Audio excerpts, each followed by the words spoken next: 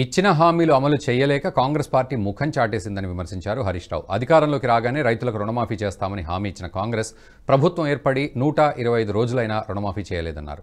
పటాన్చెరు మండలం రుద్రారంలో లోక్సభ ఎన్నికల ప్రచార రథాలు ప్రారంభించిన హరీష్ మహిళలకు 10,000 చెల్లించిన తర్వాతే కాంగ్రెస్ ఓటు అడగాలన్నారు. పెన్షన్లు ఇవ్వకుండా కాలయాపన చేస్తున్నారని, నిరుద్యోగ భృతిపై పూటకో మాట మాట్లాడుతున్నారని విమర్శించారు.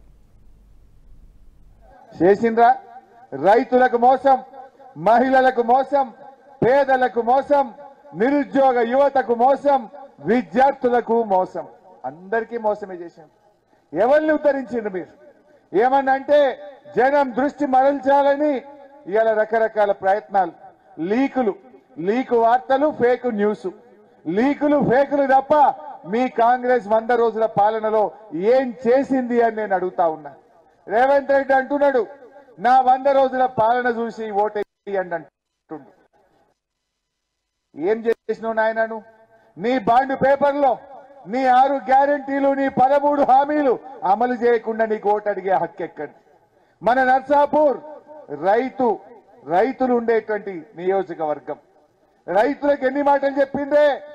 డిసెంబర్ 9వ తారీఖు నాడు 2 లక్షల రుణమాఫీ చేస్తామన్నారు. అయినా ఈ వీడియో మీకు నచ్చినట్టయితే లైక్ చేయండి, 10 మందికి షేర్ చేయండి. అలాగే కామెంట్ల రూపంలో మీ అభిప్రాయాలను మాతో పంచుకోండి. Nationalist hub group of channels ను సబ్స్క్రైబ్ చేసుకుని తెలుగునాట జాతీయవాద జర్నలిజాన్ని ప్రోత్సహించండి. ఈ వీడియో కింద ఉన్న బెల్ ఐకాన్ పై క్లిక్ చేయడం మర్చిపోవద్దు.